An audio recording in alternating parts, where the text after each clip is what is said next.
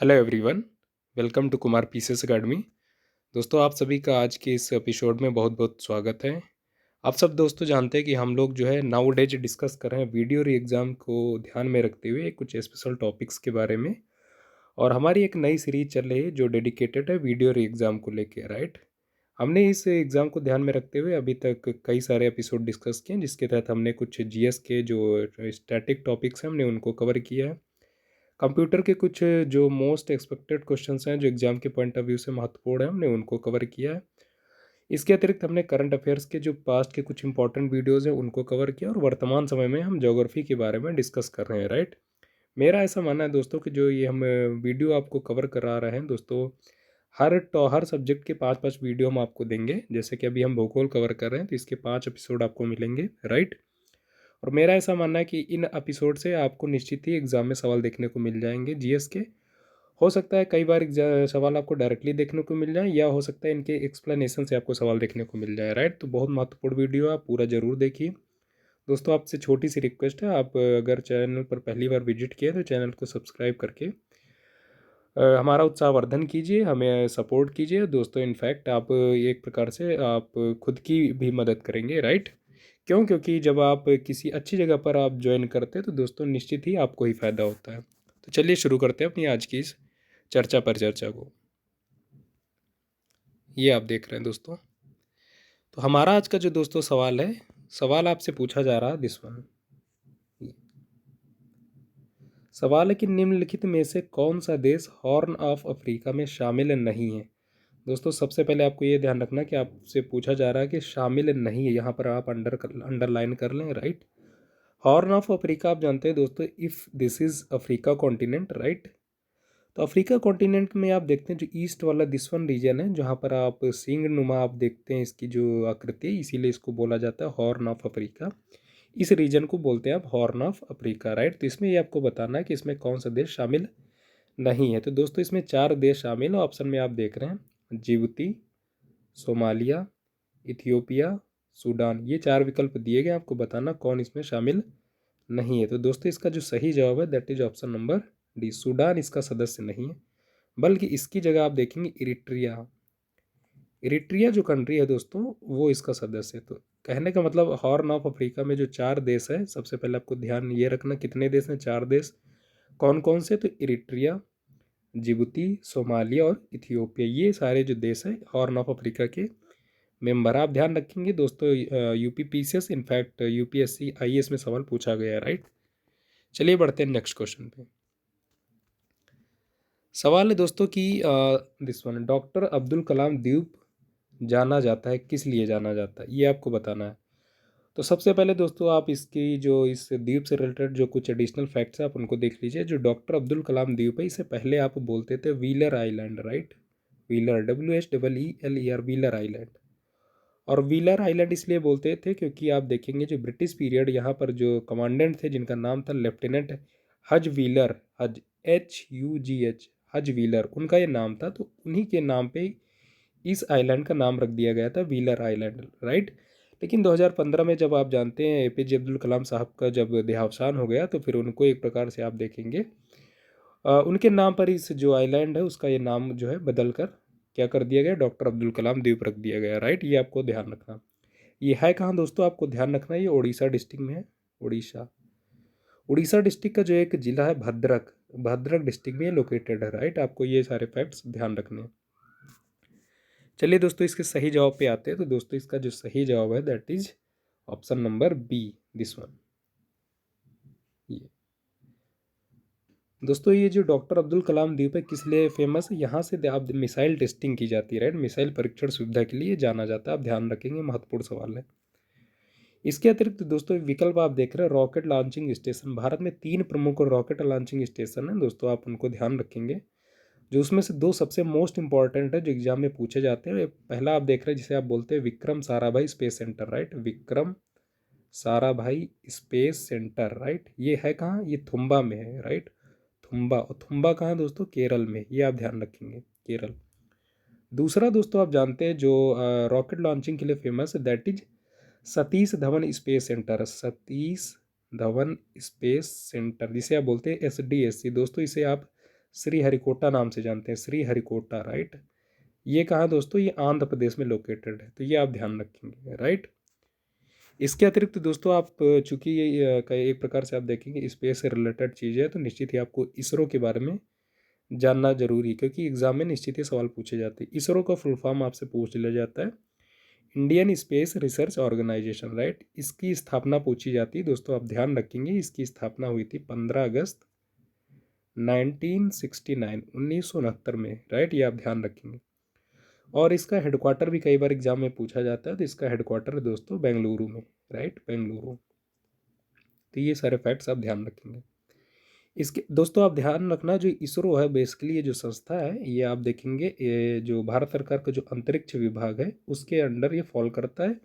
और इसकी सुरक्षा के लिए आप देखेंगे यहाँ पर इंडियन आर्मी रहती है, राइट, इसरो की सुरक्षा के लिए, राइट फ्रेंड्स। दोस्तों ये सारे फैक्ट्स आप ध्यान रखेंगे। नेक्स्ट, इसरो की स्थापना दोस्तों जब हुई थी उस समय भारत की प्राइम मिनिस्टर थी मिसेस गांधी। ये सारे फैक्ट्स इंपॉर्टेंट है फ्रेंड्स, इस क्वेश्चन से रिलेटेड निश्चित ही आपको ये हमेशा रिमेंबर रखना है। एग्जाम में कोई ना कोई जो फैक्ट्स है निश्चित ही सवाल के तौर पे पूछा जा चुका है और आगामी एग्जाम में भी पूछा जा सकता है। चलिए बढ़ते हैं नेक्स्ट क्वेश्चन पे। सवाल है दोस्तों, कार्बनिक पदार्थों के आयु निर्धारण के लिए किसका प्रयोग किया जाता है, ये सवाल आपको बताना है। विकल्प दोस्तों कोबाल्ट 60, यूरेनियम 238, प्लूटोनियम 239 या फिर कार्बन 14, राइट। कार्बनिक पदार्थों की आयु डिटर्मिनेशन के लिए आपको बताना किसका उपयोग किया जाता है।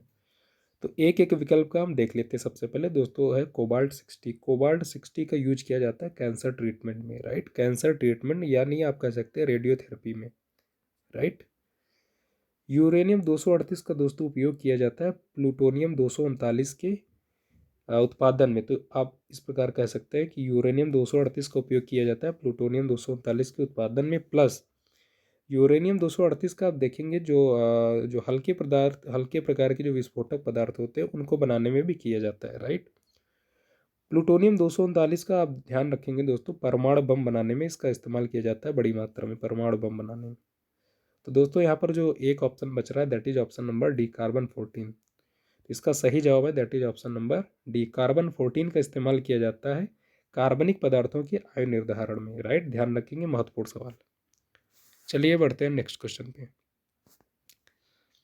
सवाल है दोस्तों, महत्वपूर्ण सवाल है, हाल ही में समाचारों में देखा गया CATS कार्यक्रम, ये CATS कार्यक्रम किससे संबंधित है। दोस्तों हम जितने भी क्वेश्चन डिस्कस कर रहे हैं हर सवाल UPSC IAS और किसी भी स्टेट पीसीएस में निश्चित ही पूछा गया है, और जो सवाल नहीं पूछे गए हैं वो मोस्ट एक्सपेक्टेडली आपके आगामी एग्जाम में पूछे जा सकते हैं, मोस्ट इंपॉर्टेंट कैटेगरी के सवाल है, राइट। सवाल विकल्प में दोस्तों यातायात प्रबंधन, बाघ संरक्षण, मानव तस्करी, सौर ऊर्जा। आपको बताना CATS प्रोग्राम किससे संबंधित है। दोस्तों इसका जो सही जवाब है that is option number B, बाघ संरक्षण। टाइगर को प्रोटेक्ट करने के लिए इस प्रोग्राम को शुरू किया गया था CATS नाम से, राइट। दोस्तों टाइगर से रिलेटेड कुछ और इम्पोर्टेंट फैक्ट्स हैं जो इस एग्जाम में पूछे जाते हैं। पहला आपको ध्यान रखना है project tiger, right, project tiger. Project tiger दोस्तों भारत में 1973 में शुरू किया गया था दोस्तों, इनफैक्ट अप्रैल 1973 में, राइट। और अंतर्राष्ट्रीय टाइगर दिवस दोस्तों आपको ध्यान रखना है 29 जुलाई को मनाया जाता है। ये भी सवाल के तौर पे पूछा जाता है 29 जुलाई को, राइट। वर्तमान में दोस्तों भारत में लगभग 1827 टाइगर जो बचे हैं, शेष हैं, राइट। इसके ये संख्या नहीं पूछी जाएगी, इतनी इंपॉर्टेंट नहीं, लेकिन आप ध्यान रख सकते हैं।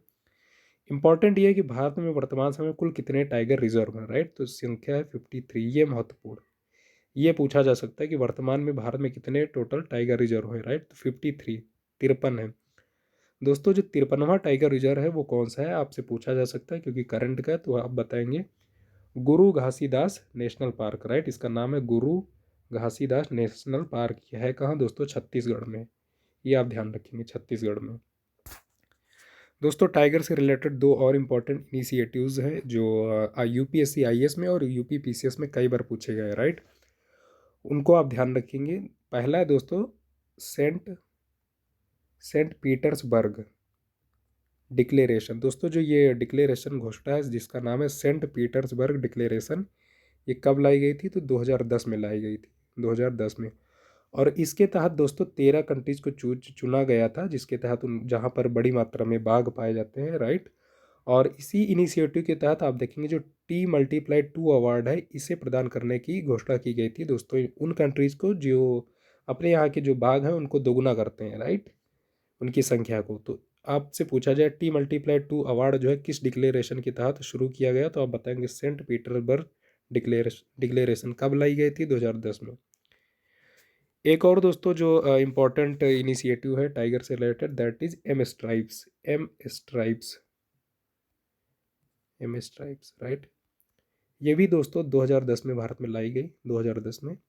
इसका काम बेसिकली ये था दोस्तों कि सॉफ्टवेयर के द्वारा, यानी आप देखेंगे डिजिटली जो बाघ हैं उनकी संख्या को काउंट करना, राइट। तो सॉफ्टवेयर के इस्तेमाल के द्वारा पहली बार 2010 से आप देखेंगे इनकी संख्या को शुरू गिनना प्रारंभ किया गया था, राइट। आप ध्यान रखेंगे महत्वपूर्ण। तो ये तीनों आपको जो इनिशिएटिव जो है आपको ध्यान रखने, पहला है प्रोजेक्ट टाइगर 1973 में लाया गया, सेंट पीटर्सबर्ग डिक्लेरेशन 2010 में, और एम स्ट्राइप्स लाई गई 2010 में, राइट। T+2 अवार्ड दिया जाता है किसके द्वारा, सेंट पीटर्सबर्ग डिक्लेरेशन के तहत, राइट। सारे फैक्ट्स आप ध्यान रखेंगे, महत्वपूर्ण। चलिए अब बात करते हैं नेक्स्ट क्वेश्चन पे। सवाल है दोस्तों, ओजोन परत वायुमंडल के किस स्तर में पाई जाती है, राइट। आप जानते हैं दोस्तों जो ओजोन बेसिकली वायुमंडल है आपका, एटमॉस्फेयर इसे आप कहते हैं, वो उसे 5 लेयर में डिवाइड किया गया है, राइट। इस सवाल के जवाब पर हम बाद में आएंगे, पहले इस लेयर को डिस्कस कर लेते हैं क्योंकि वहीं से इस सवाल का जो जवाब मिलेगा। तो दोस्तों आप जानते हैं जो पहली लेयर है वायुमंडल की उसे आप बोलते हैं ट्रोपोस्फेयर, जिसे आप क्षोभमंडल कहते हैं, और दूसरे स्ट्रेटोस्फेयर, राइट। उसके बाद फिर आपको मेजोस्फेयर देखने को मिलती है, राइट, ये दिस वन। ट्रोपोस्फेयर आप देखेंगे ये वायुमंडल की सबसे पहली जो है लेयर है, राइट। यहाँ पर आप देखेंगे ऑक्सीजन पाई जाती है, ऑक्सीजन, और मौसम संबंधी जितनी घटनाएं हैं वो इसी क्षोभमंडल में आपको देखने को मिलती है, राइट। दूसरी दोस्तों स्ट्रेटोस्फेयर, इसे आप समताप मंडल कहते हैं। समताप मंडल की खासियत ये दोस्तों कि यहाँ पर वो जो ऑक्सीजन की आपको अनुपस्थिति देखने को मिलती है, और यहाँ पर किसी भी प्रकार की मौसम की घटनाएं नहीं देखने को मिलती, राइट। इसी वजह से आप देखेंगे जो वायुयान होते हैं उनको फ्लाई करने के लिए सबसे जो अच्छा रीजन है वो है आपका स्ट्रेटोस्फेयर, समताप मंडल। और समताप मंडल में ही दोस्तों आपको ओजोन लेयर देखने को मिलती है, ओजोन लेयर, राइट, ये आप ध्यान रखेंगे। मध्य मंडल में दोस्तों आप जानते हैं जो मेटेरॉइड्स होते हैं वो जब स्पेस से आते हैं तो इसी मेजोस्फेयर में दोस्तों वो यहीं पर डिस्ट्रॉय हो जाते हैं, राइट। उसके बाद दोस्तों आप जानते हैं जो फोर्थ होती है जिसे आप आयन मंडल कहते हैं, राइट। उसमें आप देखेंगे जो आयन होते हैं बेसिकली जो रेडियो एक्टिव जो आपके जो जो रेडियो एक्टिव वेव्स यहाँ ट्रांसमिट की जाती है अर्थ से, वो इसी लेयर से रिफ्लेक्ट होकर पुनः वापस आ जाती है, तो ये आप ध्यान रखेंगे, राइट। और पांचवी जिसे आप बोलते हैं एक्सोस्फीयर, तो एक्सोस्फीयर में जो कुछ लाइट गैसेस होती है जैसे हीलियम और हाइड्रोजन वो यहाँ से फ्लोट करती हैं स्पेस में, राइट। दोस्तों सवाल आपसे पूछा गया तो ओजोन परत किस लेयर में पाई जाती है, तो इसका सही जवाब है that is option number B, stratosphere. हमने आपसे बताया कि स्ट्रेटोस्फेयर में आपको ओजोन देखने को मिलती है, राइट। अब बढ़ते हैं नेक्स्ट क्वेश्चन पे। सवाल दोस्तों आपसे पूछा जा रहा है कि अंडमान एवं निकोबार द्वीप समूह किस श्रेणी का दक्षिणतम विस्तार है, ये आपसे सवाल पूछा गया है, राइट। 4 विकल्प दिए गए, पहला हिमालय की श्रेणी का, पूर्वी घाट का, पश्चिमी घाट का, नीलगिरी का। हर फैक्ट्स कोई ना कोई सवाल पूछा जाता है एग्जाम में, और जो सवाल आप देख रहे हैं ये तो पूछा ही गया है, राइट। सबसे पहले आप इसका आंसर देख लीजिए दोस्तों, इसका सही जवाब है ऑप्शन नंबर ए, हिमालय की श्रेणी। जो अंडमान एवं निकोबार आप द्वीप देखते हैं बेसिकली ये हिमालयन जो माउंटेन रेंज है ये उसी का ही आप देखेंगे सदर्न उसका जो है एक्सपेंशन है, राइट। आप ध्यान रखेंगे, महत्वपूर्ण है दोस्तों। जो हिमालयन श्रेणी इसकी जो हाईएस्ट पीक है आपको मालूम होनी चाहिए, that is a mount Everest. लेकिन अगर आपसे पूछा जाए हिमालयन श्रेणी की वो चोटी जो कि भारत में स्थित है और जो सबसे ऊंची है तो वो है कंचनजंगा, राइट। कंचनजंगा वो सिक्किम में है, राइट। और माउंट हिमालयन श्रेणी की अगर टॉप 3 चोटियों की बात की जाए तो सबसे पहले आप देख रहे हैं माउंट एवरेस्ट, फिर है K2, और उसके बाद है कंचनजंगा। K2 जिसे आप K2 गार्डविन भी कहते हैं, ये आप ध्यान रखेंगे, राइट। पूर्वी घाट की जो सबसे ऊंची चोटी दोस्तों आप जानते हो कौन सी, महेंद्रगिरी में, महेंद्रगिरी जो कि उड़ीसा में। पश्चिमी घाट की आप जानते हैं दोस्तों अनाईमुड़ी है, अनाईमुड़ी जो कि केरला में, राइट। और नीलगिरी पर्वत की आप सर्वोच्च चोटी कौन सी दोस्तों? दोदा बेट्टा, दोदा बेट्टा, जो कि तमिलनाडु में। तो ये सारे फैक्ट्स दोस्तों एग्जाम में पूछे गए हैं, महत्वपूर्ण है, आप इनको स्पेशली आप जॉट डाउन कर लीजिए अपने नोट्स में, राइट। चलिए बढ़ते हैं नेक्स्ट क्वेश्चन पे। सवाल है दोस्तों, निम्नलिखित राष्ट्रीय उद्यान में से किस एक की जलवायु उष्णकटिबंधीय से उपोष्ण, शीतोष्ण एवं आर्कटिक तक परिवर्तित होती है? यानी वो कौन सा नेशनल पार्क है जहाँ पर इन सभी प्रकार की जो क्लाइमेट्स हैं वो देखने को मिलती है, राइट। ये तो ये सवाल दोस्तों यूपीएससी परीक्षा में पूछा गया है, उसके बाद अगेन डिफरेंट स्टेट पीसेस ने इस सवाल को पूछा है, तो एग्जाम की पॉइंट ऑफ व्यू से महत्वपूर्ण है, राइट। इसका सही जवाब है दोस्तों option number A, Namdapha national park, right. Arunachal Pradesh में आप जानते ही अवस्थित है, अरुणाचल प्रदेश, एपी जिसे आप कह सकते हैं, अरुणाचल प्रदेश। नामदफा राष्ट्रीय उद्यान आपसे पूछा जाए कहाँ? अरुणाचल प्रदेश। उसके बाद मानस आप जानते हैं कहाँ है? असम में है, असम। दाम्पा राष्ट्रीय उद्यान आप जानते हैं कहाँ? मिजोरम में, मिजोरम। और दचिगम आप जानते हैं कहाँ? JNK में। दचिगम किस लिए फेमस है दोस्तों? हंगुल के लिए फेमस है, हंगुल। हंगुल किस लिए फेमस दोस्तों? आप जानते हैं बर्फ में रहता है, राइट। इसीलिए आप देखेंगे इसे कश्मीरियन टाइगर भी बोला जाता है कई बार, इसे इस टैग के नाम से भी आप जानते हैं, राइट। ये सारे फैक्ट्स आप ध्यान रखेंगे। तो सवाल का जवाब दोस्तों क्या है? नामदफा राष्ट्रीय उद्यान, जो कि अरुणाचल प्रदेश में, राइट। महत्वपूर्ण सवाल है, आप ध्यान रखेंगे। अब दोस्तों नेक्स्ट क्वेश्चन है कि निम्नलिखित में से कौन सा एक जंगल पृथ्वी के फेफड़ों के रूप में भी जाना जाता है? महत्वपूर्ण सवाल है। पृथ्वी के फेफड़ों के रूप में आप किसे जानते हैं, किसे कहते हैं दोस्तों? इसका सही जवाब है that is option number B, Amazon Vrindavan, right, this one.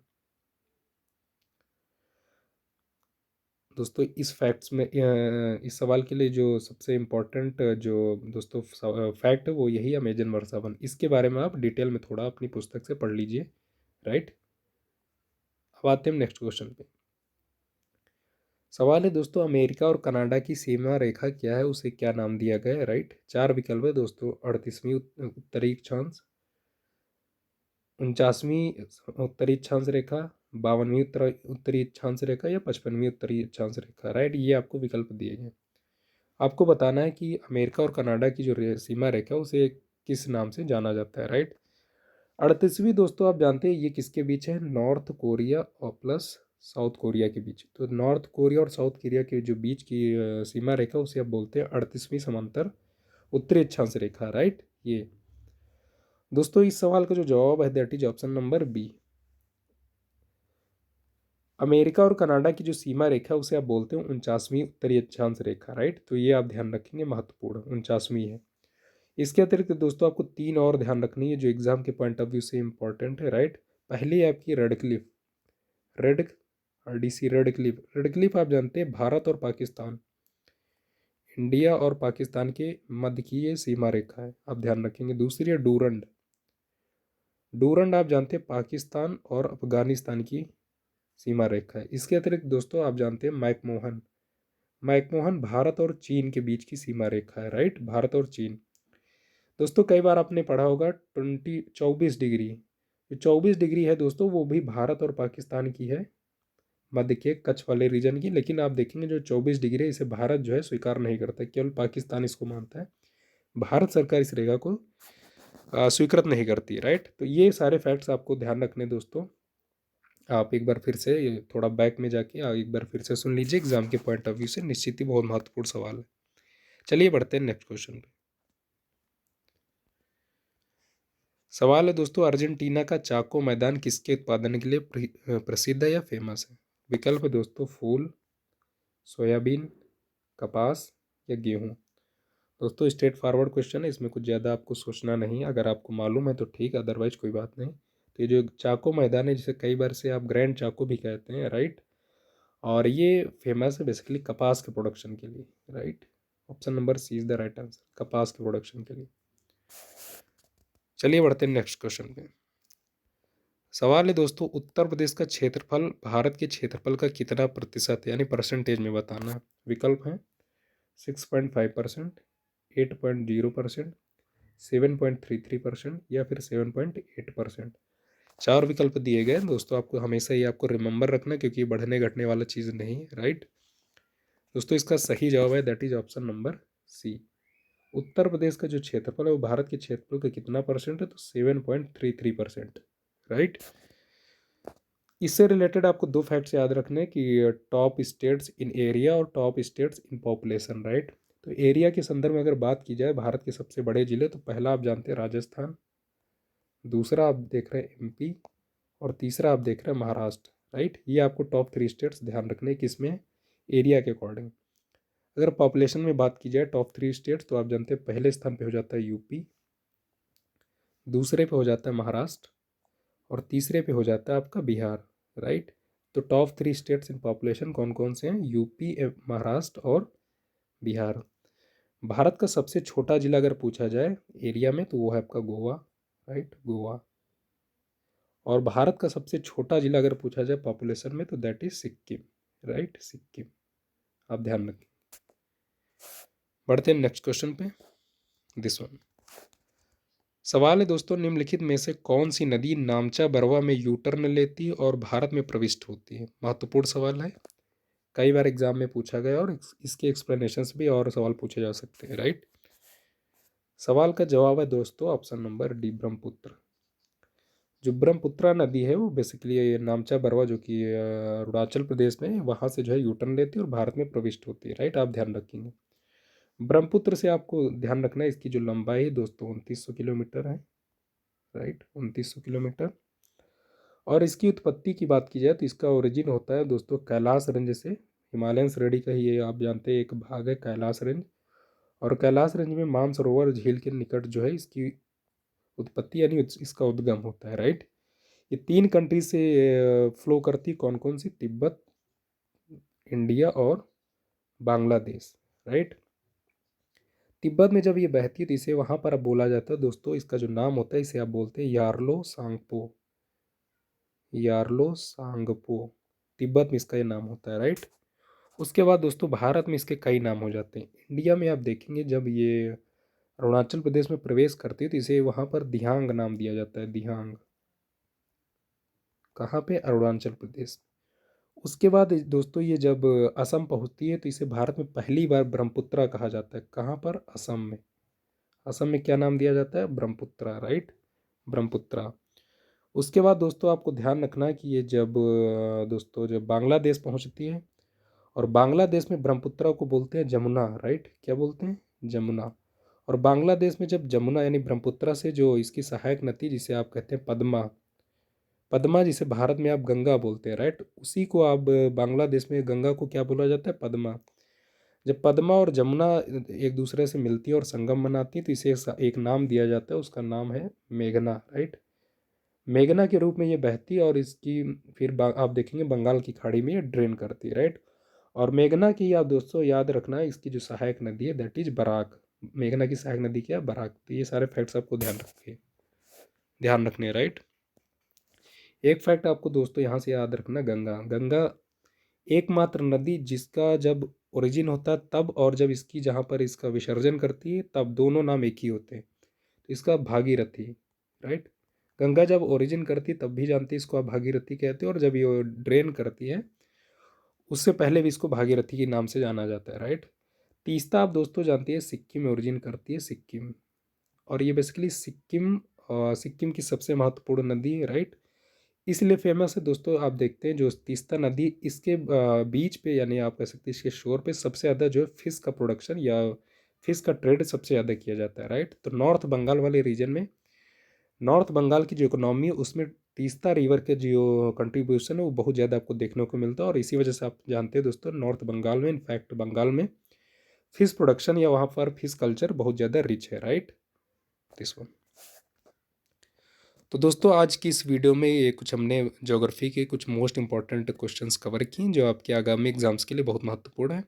और ये सारे क्वेश्चन दोस्तों प्रीवियस एग्जाम्स में और जितने भी अच्छे एग्जाम हैं, इनफैक्ट यूपीएससी के exam, UP PCS, Bihar PCS, right, MP PCS, इन सभी एग्जाम में ये सवाल पूछे गए हैं। और निश्चित ही आप जिस भी एग्ज़ाम में बैठने जा रहे हैं सारे एग्जाम्स के लिए बहुत इंपॉर्टेंट है, और वीडियो और एग्ज़ाम के लिए निश्चित ही बहुत महत्वपूर्ण सवाल हैं। तो आप इस वीडियो को एक दो बार देखिए, आपको जो भी इंपॉर्टेंट पॉइंट लगे उनको नोट डाउन जरूर कर लीजिए दोस्तों, निश्चित ही आपको सवाल देखने को मिलेंगे। हमारी ये सीरीज कंटिन्यू रहेगी, इस सीरीज का लाभ लेने के लिए आप हमेशा स्टे ट्यून्ड रहिए। चैनल को सब्सक्राइब करके हमारा जो है उत्साहवर्धन कीजिए दोस्तों। इनफैक्ट हमें इजाज़त दीजिए। नमस्कार।